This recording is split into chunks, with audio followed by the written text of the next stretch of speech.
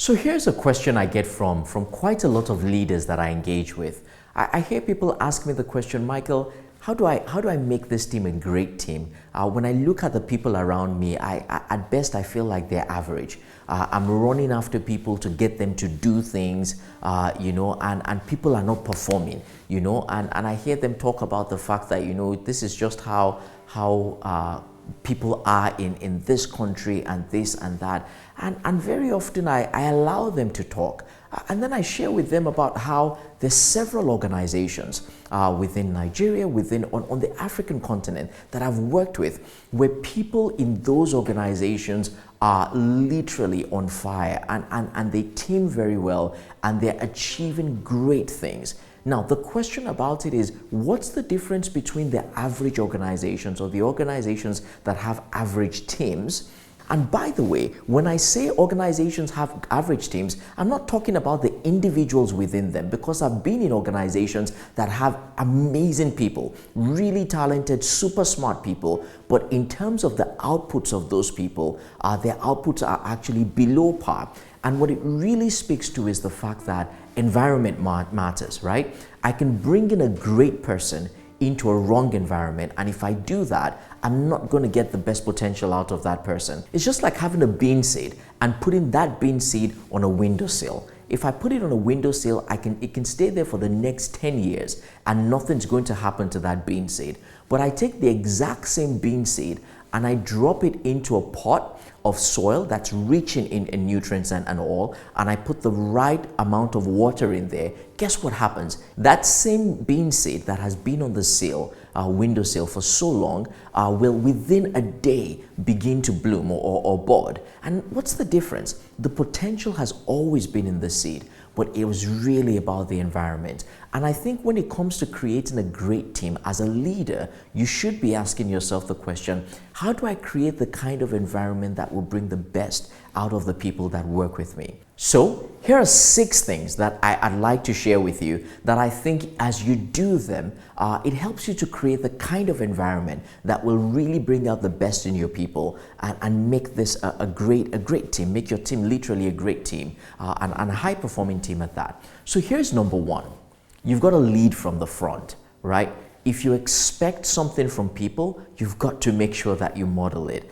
Don't ask people to be punctual to work and yet you show up 30 minutes late when they have a meeting with you. It just doesn't work. It reminds me of that saying that says, your actions are so loud, I can't hear what you're saying. And it's the reality of it. If we want something from people, we've got to make sure that we as leaders are modeling it, because our actions speak louder than our words. When people hear what we say and they see what we do, if there's a conflict, guess which one they pay attention to? They pay attention to what they see, regardless of what it is that we're saying.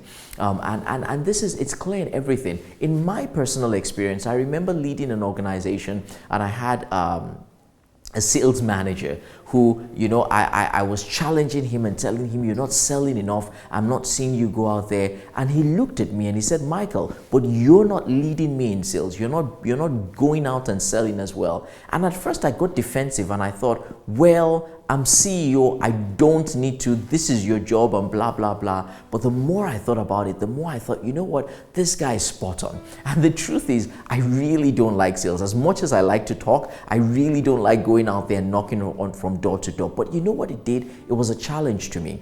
And this was early days in my career. And what I ended up doing was I committed to selling. And literally, because of him, I would literally push myself and go out there and knock on doors, because I felt if I demanded and if I'm expecting it from the people who follow me, then I as a leader have got to be able to show it. So make sure you're leading from the front. Make sure you're doing exactly what it is you expect from them to do. That's number 1. Here is number 2. Communicate, communicate, communicate. I cannot say this enough. You've got to communicate over and over again to people. I think it's absolutely ludicrous that we don't communicate sometimes, and we think people get it. We think they get the vision. We think they get the plan. But like my mother will say, I'm not a witch. I don't read minds, right? People can't read your minds. At least most people can't read your minds. So communicate with them. Communicate the vision with them. Communicate the mission with them. Communicate the goals. Communicate the values of the organization.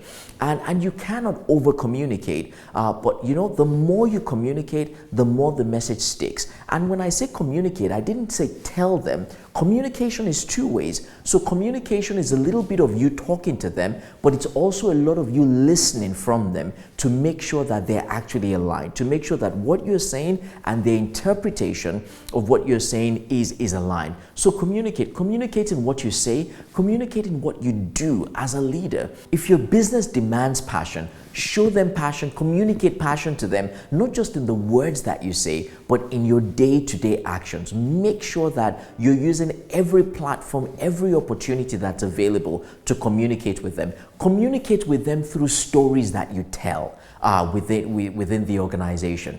And when I say communicate with them, I'm saying communicate and seek clarity, right? Sometimes we try to communicate things and we do it at a very high level. So take, for instance, I sit down sometimes and I hear leaders talk about the fact that, look, we've got to be excellent in this organization, or one of our values is integrity. What exactly does that mean, right? If you ask 10 people what integrity means, you might get 10 different answers. Right? So seek for a way to be able to communicate with them. Go from the high level to a level where everybody, even the gate man and the driver, understands exactly what excellence means or what integrity means within their own roles. Use stories, because again, some of the things that we try to communicate are so abstract in the minds of people, it's hard for them to comprehend it. So leverage stories. If you've got people who've done things that exude excellence or exude integrity, use the story and tell them, hey, that's what integrity means in this organization, or that's a real picture of what an excellent spirit or service excellence means. And the more you use the stories, guess what happens? The more you use the stories, the easier it is for people to understand exactly what you're trying to get them to understand. Because again, stories have an amazing way of taking things that are really complex and really abstract and making them easy for us to understand. So number 2 is communicate, communicate, communicate. Here is number 3. You've got to invest in people. And when I say invest in people, I really mean it. You've got to pour of yourself into people. And you know, you're doing that across several fronts. But probably 2 of the most important for me are, 1, you've got to make sure that you develop the people that are around you.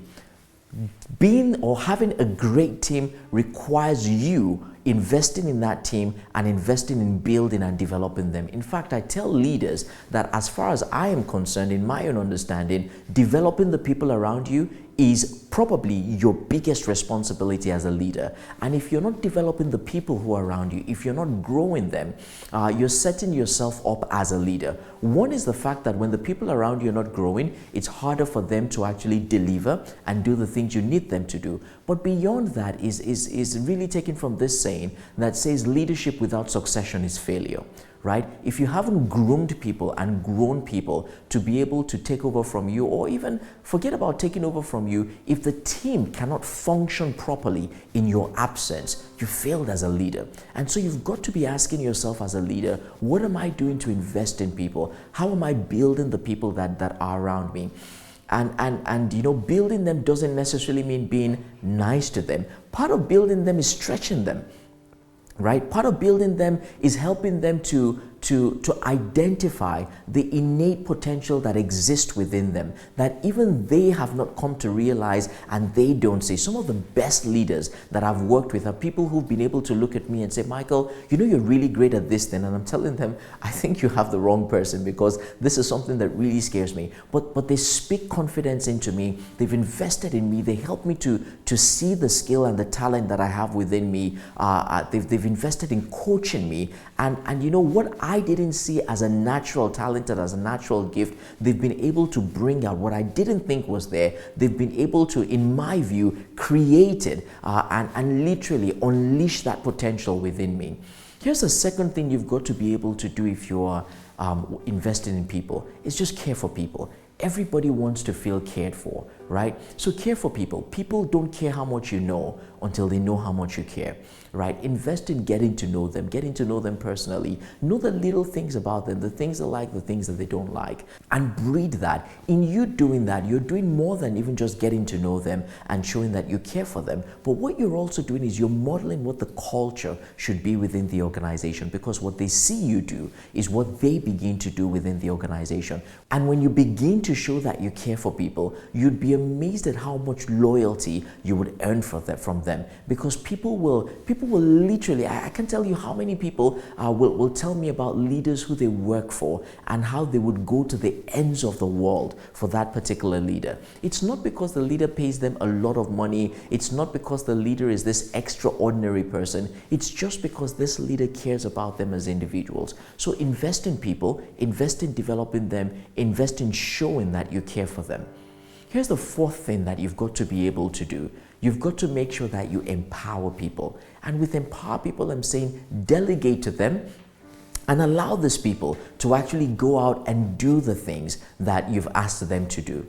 Many organizations struggle with this. Many leaders struggle with this, and leaders say, you know what? If I give them too much power, it might get to their head. Well, let it get to their head, right? Because sometimes it's in it getting to their head that makes them begin to do things that they didn't even think that they could do. So empower people. And again, when I say empower people, I'm saying delegate to them, give them the responsibilities, knowing that they might even not be perfect in doing what they're doing, but allow them to be able to do it and learn from the experience. Because the more you empower people, the more they can bring more of themselves to the table. There's probably no organization that I know of in Nigeria right now that's doing this as well. I'm sure there are probably quite a few of them, but probably one organization that's doing it very well is Sterling Bank. And every time I go into Sterling Bank, I'm just amazed at what Abubakar has been able to do. He and his team, the leadership team at Sterling Bank, have been able to do within the organization. You go in there and you just get this sense of people who are empowered to do so much. Young people, I'm talking 25, 26, 27-year-olds in roles and positions where typically you would see a 40, 50-year-old person in those particular roles. And these are young people who've been empowered. And what you see as a result of the empowerment is a lot of energy. Innovation is thriving within the organization. People are super excited about the work that they're doing. I mean, work is not even just work anymore. Work is like an opportunity for them to come and express themselves. That's number 4. Here's number 5, and it follows very closely to this theme of empowerment, is allow your people to fail, right? Embrace failure. Because a lot of times I hear leaders ask me and they say, you know what, if I empower them and I allow them to do things, what if they fail? So what if they fail? Allow them to fail and allow them to learn from their failure.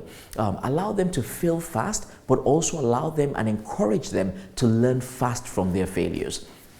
So let me give you an example. We all have children, or you have children within your extended family, and when a baby is trying to walk, if the baby tries to walk and the baby falls the first time, what do? Do you just tell that baby sit down so that you don't fall the next time? No, you don't do that, right? You encourage the baby to get right back up and try. And that baby falls down again and the baby gets right back up again. And it's the same thing that we ought to be doing within our organizations. Unfortunately, many organizations, people make honest mistakes. And guess what we do? We hit them so hard about the honest mistakes. Unfortunately, in a lot of organizations, when people do honest mistakes or commit honest mistakes, guess what we do? We come down really hard on them. And what we do is we subject them to so much fear that instinctively they stop trying to do those things, right? I remember working with an organization and I had a focus group session there, and we were talking about innovation, and somebody said there can't be innovation in this organization. And I asked why, and the person said this. He said because the fear of disciplinary committee. He said the fear of DC, which means disciplinary committee, is the beginning of wisdom. He said anything you do, the very first thing that happens is you get sent to the disciplinary committee, and after a while you get to the point where you're thinking, thinking, I'm not going to step out on my own. I'm not going to put my neck out there, because if I do something, even with the right intentions and for the benefit of the organization, if anything goes wrong, there's going to be a repercussion, and it's not worth it at the end of the day. So embrace failure. Failure, as is often said, is not the opposite of success. Failure is actually the path to success. Here's the sixth thing that you've got to be able to do. And this is really important, is you've got to make sure that you offer equity. I work with a global organization called Great Place to Work, and literally every year we survey over 8,000 organizations, well over 12 million employees in all these organizations take our surveys on an annual basis. And we're measuring for various things within organizations, things that portray the culture within the organization, but also speak to how engaged employees are within that organization. Specifically how much trust exists within the organization. And what you find out is that it doesn't matter what continent, it doesn't matter what industry, the one area where most organizations struggle is the area of fairness and equity. Right? And so I point that out to say, if you're really going to have a great team, you've got to look for a way to make sure that you offer equity. Equity when it comes to paying people fairly for the work that they do, paying people fairly amongst themselves, and making sure that you're sorting out gaps. Because again, we're human beings, right? If I know I'm doing the same amount of work as Mr. B is doing or Mrs. B is doing, and I'm getting half the pay, or even sometimes a quarter or a tenth of the pay, I'm asking myself, what's the difference? And I'm asking myself, why am I breaking my back doing that? Right? So make sure that there's equity when it comes to pay. Another area where you've got to be very careful about equity, because sometimes I hear leaders say, hey, guess what? Pay is not in my hand. Fine. But what about promotions, promotion decisions, right? Make sure that in doing all of these things, you're serving people and you're dealing with people with equity, whether it's pay, whether it's promotion, or even the way that we administer organizational policies. Let's make sure that there's parity across board. Here's the seventh and last point. You've got to hold people accountable. All the things that I've mentioned earlier, some people might look at it and say, Michael, it almost sounds like you just want us to be nice. It's not really about being nice. It's really about being principled. But this is one of those things, and holding people accountable doesn't mean you're not being nice. It just means that at the end of the day, there's a reason why we've been brought here together. There's a reason why we are a team. And when we deliver something into your hand or commit something into your hands to do, we need you to do it, because if you fail to do it, it affects not just you, it affects the entire team. And your entire team expects accountability. And I find out that very often when leaders don't hold themselves personally accountable, they struggle holding their teams accountable. And when you don't hold your team accountable, guess what? The people within the team will not hold themselves accountable. Now, what does this mean on a granular level? It means as we empower and as we delegate, we expect you to follow through. And we're monitoring to make sure that you follow through. We're not micromanaging, but I'm saying, Michael, you've been given a responsibility. It needs to be delivered on Friday by 2 p.m. I'm expecting that at the latest, I will get that document or that deliverable by 1:59 p.m. on Friday. And if I don't, I need to have a sit down with Michael and say, why? Why didn't I get it? Right? Because if I don't, what happens is Michael gets into the habit of, you know what, if I don't deliver it by 2 p.m., don't worry about it. The boss is not going to say anything. She didn't say anything the last time. She didn't say anything the time before that. She might even get a little bit angry, but you know what? We'll leave as an organization. And what that does is it begins to breed an attitude of complacency within the organization. And there's no way you're going to be a great or high-performing team if you allow that level, or if you begin to allow complacency to creep into the organization. So again, we started this conversation asking the question, what do I need to do to make my team a great team? And I've shared 7 things with you. The first, I said you've got to lead from the front. Number 2, you've got to communicate. Number 3, I said you've got to invest in people. Number 4, you've got to empower people. Number 5, you've got to embrace failure. Number 6, you've got to offer equity. And number 7, you've got to hold people accountable.